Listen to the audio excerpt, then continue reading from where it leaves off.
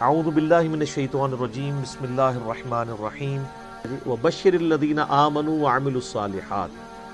اور اے نبی علیہ السلام آپ خوشخبری دے دیجئے ان لوگوں کو کہ جو بات مان لیتے ہیں، یعنی ایمان لے آتے ہیں اور نیک اعمال اختیار کر لیتے ہیں، ان لہم جنات تجری من تحتها الانہار، کہ ان کے لیے باغات ہیں جن کے نیچے نہریں بہتی ہوں گی۔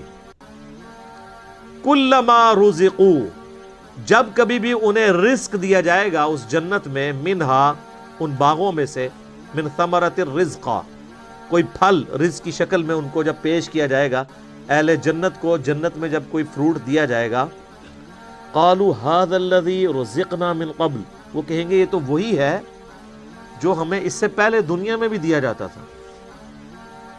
وَأُتُوا بِهِ مُتَشَابِهًا، حالانکہ وہ ان کو اس سے ملتا جلتا فروٹ دیا جا رہا ہوگا، ایگزیکٹ نہیں ہوگا۔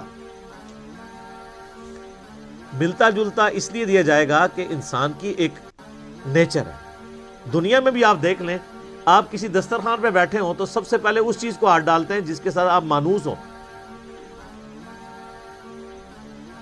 آپ کسی ولیمے پہ بھی جاتے ہیں تو آپ کے سامنے کوئی ایسی عجیب و غریب ڈش آ جائے تو آپ اس کے رسک نہیں لیتے کھانے کا کہ پتہ نہیں کیا ذائقہ ہو، الٹا پلیٹ بھر کے بیٹھ جاؤں اور اس دوران جو میں نے کھانا تھا وہ ختم ہی ہو جائے، یہ بھی چانس ہوتا ہے نا۔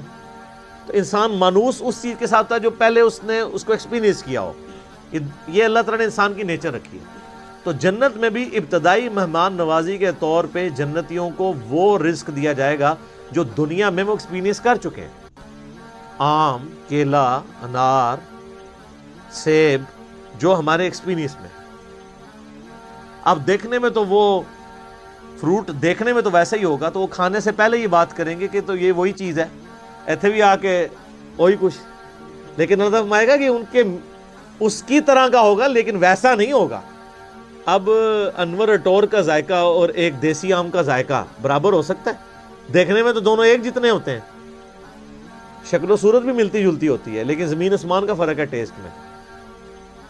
اسی طریقے سے چونسے کا ٹیسٹ ہو یا کسی دوسرے آم کا، وہ برابر نہیں ہو سکتا۔ تو یہ تو دنیا میں اللہ نے اتنا فرق رکھا ہوا ہے، تو آخرت میں جو آم دیا جائے گا وہ دنیا والا آم نہیں ہوگا۔ ہاں شکل و صورت میں ضرور ملتا جلتا ہوگا، لیکن اس آم کی تو کیا بات ہے۔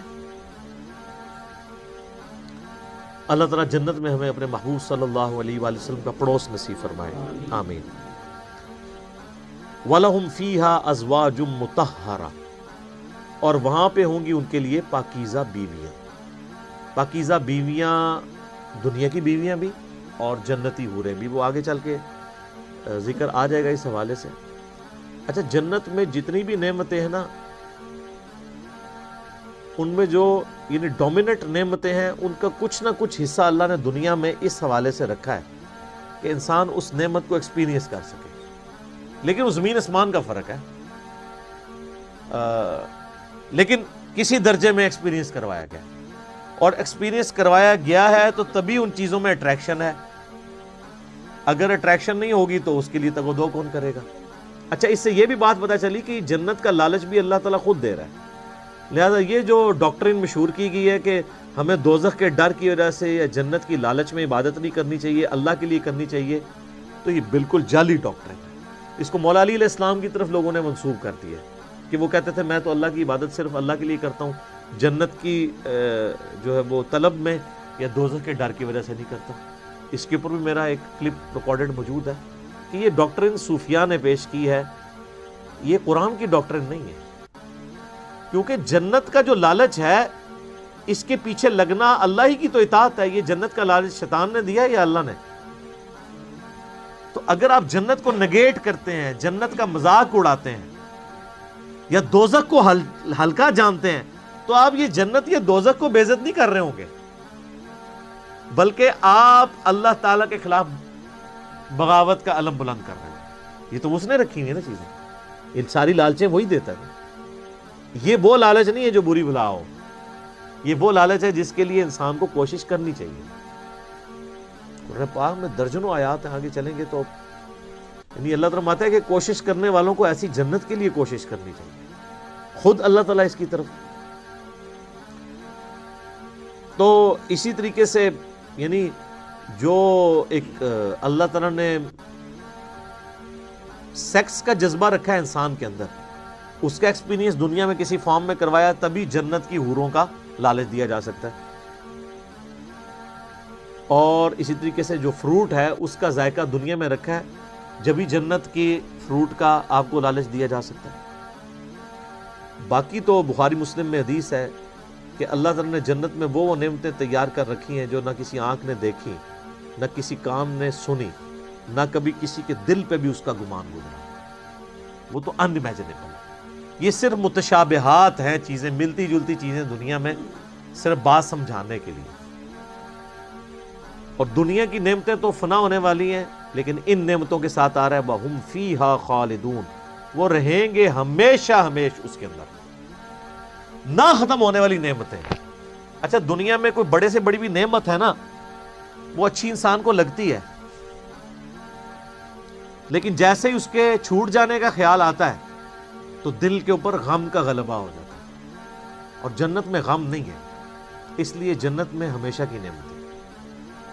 بخاری اور مسلم کی حدیث ہے کہ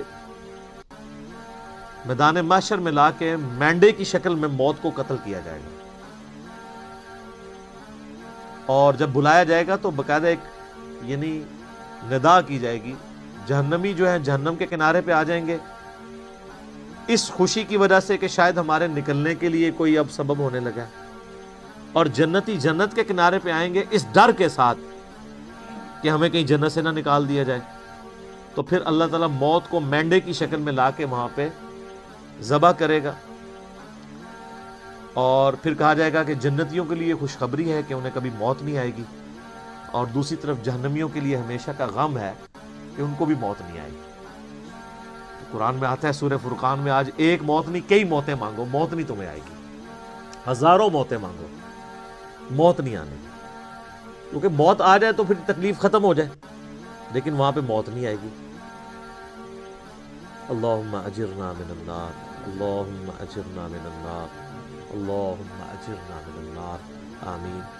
اللہم من احییتہ منا فاحیہ علی الاسلام، ومن توفیتہ منا فتوفہ علی الایمان، آمین۔ صحیح مسلم میں ایک حدیث ہے کہ جب جنتی جنت میں داخل ہونے لگیں گے تو ان کو ایک ندا کی جائے گی، جاتے ہی خوشخبری ملے گی، تمہارے لیے مبارک ہے، آج کے بعد تمہیں کبھی موت نہیں آئے گی، تم ہمیشہ زندہ رہو گے، آج کے بعد تمہیں کبھی بدحالی نہیں آئے گی، تم ہمیشہ خوشحال رہو گے، آج کے بعد تمہیں کبھی بڑھاپا نہیں آئے گا، تم ہمیشہ جوان ہی رہو گے، اور آج کے بعد اللہ تم سے کبھی ناراض نہیں ہوگا، ہمیشہ راضی رہے گا۔ یعنی دنیا میں تو سب سے بڑی اہل ایمان کے لیے ٹینشن ہی یہی ہے نا کہ میں نے یہ کیا تو ناراض نہ ہو جائے۔ جنت وہ جگہ ہے جہاں کچھ بھی کر لیں اللہ ناراض نہیں ہوگا، ہر وہ چیز جو دنیا میں بھی جرم تھی وہاں جا کے وہ جرم نہیں رہے گی۔ دنیا میں مرد کے لیے سونا پہننا حرام ہے، اور جنت میں سونے کے کنگن پہنائے جائیں گے، ریشم کا لباس پہنایا جائے گا۔ قرآن پاک میں آتا ہے، بخاری مسلم میں درجنوں احادیث ہیں، جسے شوق ہو تو مشکات المصابیح کی 3 جلد میں جنت والا چیپٹر پڑھ لیں تو آپ کو اندازہ ہوگا کہ جنت میں اللہ تعالیٰ نے کیا کچھ رکھا ہے انسان کے لیے۔ لیکن یہ بات اپنی جگہ ہے، ایک حقیقت ہے کہ جنت پہنچنا بڑا مشکل ہے، یہ سب سے بڑا المیہ ہے۔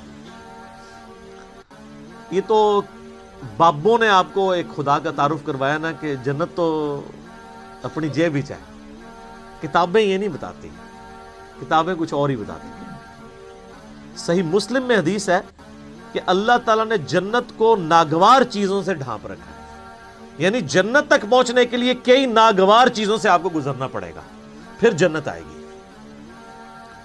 اور جہنم کو اللہ تعالیٰ نے خوشنما چیزوں سے ڈھانپ رکھا ہے، یعنی ہر اٹریکٹ فل چیز دوزخ کی طرف لے کے چلی جائے گی۔ ناگواری تو ہے نا، یعنی روزانہ 5 وقت نماز پڑھنا دنیاوی طور پہ ایک تردد تو ہے، سردیوں میں وضو کرنا ایک تردد تو ہے، گرمیوں کے روزے رکھنا ایک تردد تو ہے، حلال اور حرام کا فرق کرنا ایک تردد تو ہے، اور دوسری طرف آپ جو اپنی مرضی کے مطابق کوئی بھی کام کرتے جائیں وہ سیدھا آپ کو دوزخ کی طرف لے جائے گا، جو آپ اپنی مرضی سے کریں گے.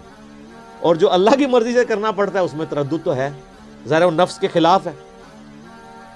تو یہ مسلم شریف کی حدیث کمال حدیث ہے کہ جنت ناگوار چیزوں سے ڈھانپی ہوئی ہے اور جہنم خوشنما چیزوں سے.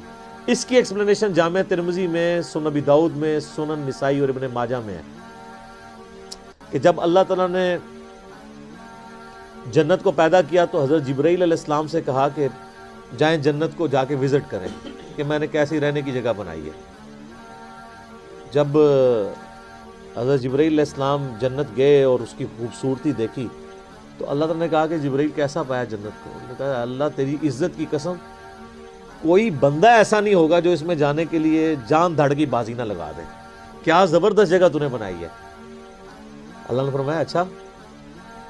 اللہ تعالیٰ نے جنت کو ناگوار چیزوں سے ڈھانپ دیا، جو مسلم شریف کی حدیث ہے، اور کہا اب جا کے ذرا جنت کو دیکھو. جب وہ دیکھ کے آئے تو انہوں نے کہا تیری عزت کی قسم مجھے نہیں لگتا کوئی بندہ جنت میں جانے میں کامیاب ہوگا، اتنا مشکل ہے. سر یہ ہے کتابوں کا خدا. یہاں کہتے ہیں نہیں جناب ایک دفعہ بھی پڑھ لیا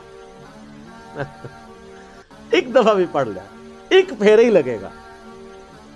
اور سورہ فرقان میں اللہ تعالیٰ فرماتا ہے کہ جہنم ہمیشہ رہنے کے لیے بھی بری جگہ ہے اور ایک لمحے کے لیے رہنے کے لیے بھی بری جگہ ہے. آپ لاکھ کہتے رہے کہ پھیرا لگے گا. اچھا یہ پھیرا بھی اس لیے ہم کہتے ہیں کہ ہم نے کبھی اس پھیرے کو امیجن نہیں کیا، آپ کو ادھر بیٹھے بیٹھے امیجن کروا دیتے ہیں. اگر کسی شخص کو یہ کہا جائے کہ ایک فجر کی نماز چھوڑنے پہ آپ کو فجر سے ظہر تک ایک ایسے کمرے میں وقت گزارنا پڑے گا جو 10 بائی 10 فٹ کا ہوگا، اس میں 100 کوبرا سانپ ہوں گے، 100 بچھو ہوں گے، 100 اژدہے ہوں گے، لیکن صرف فجر سے ظہر تک بس، تو کوئی امیجن بھی کر سکتا ہے اس کو؟ وہ ان سانپوں کو تو آپ مار بھی سکتے ہیں، تو جہنم کے سانپ کے بارے میں کوئی سوچ بھی سکتا ہے؟ چونکہ ہم نے امیجن نہیں کیا ہوتا اس لیے ایک پھیرے کی بات کرتے ہیں. اور یہ تو بہت بڑی میں نے مثال دی ہے. اگر کسی شخص کو کہا جائے نا کہ فجر کی نماز چھوڑنے پہ فجر سے ظہر تک آپ کو صرف ایک موم بتی کا وہ چھوٹا سا جو فلیم ہوتا ہے نا اس کے اوپر یوں ہاتھ رکھنا پڑے گا فجر سے ظہر تک، سب 10 سیکنڈ نہیں کو رکھ سکتا. تو یہ کہنا آسان ہے پھیرے والی بات. اچھا وہ جو ترمذی، ابو داؤد، نسائی، ابن ماجہ کی حدیث ہے نا، اس میں آگے آتا ہے کہ پھر اللہ تعالیٰ نے حضرت جبرائیل سے کہا کہ جہنم جب پیدا کی فرمایا جہنم کو جا کے دیکھو. جہنم دیکھ کے آئے، انہوں نے کہا اللہ تیری عزت کی قسم مجھے نہیں لگتا کوئی بندہ کوشش کرے گا کہ کوئی بھی ایسا عمل کرے کہ دوزخ میں جا کے گرے، یہ تو جگہ ہی ایسی تو نے بنا دی ہے. اللہ تعالیٰ نے پھر دوزخ کو، جہنم کو خوشنما چیزوں سے جب ڈھانپ دیا نا، جو مسلم شریف والی حدیث ہے، میں اسی کی ایکسپلینیشن آپ کو دوسری حدیث سے کر رہا ہوں. یہ سر کتابوں کا دین ہے، بابوں کا نہیں ہے. تو حضرت جبرائیل علیہ السلام جب گئے واپس آئے، کہا اے اللہ تیری عزت کی قسم مجھے نہیں لگتا کوئی بندہ جہنم میں جانے سے بچ سکے گا، اتنا خوشنما تو نے بنا دیا، یہ تو سارے ہی جائیں گے جہنم میں. اور سب نظر بھی آ رہا ہے، نظر بھی آ رہا ہے. کیا دیندار، کیا بے دین، کیا مسلمان، کیا کافر، آپ کو بغاوت دیکھیں عروج پہ نظر آتی ہے. اور جو آپ کو دیندار نظر بھی آ رہے ہیں یہ بھی اللہ نے پردے رکھے ہوئے ہیں.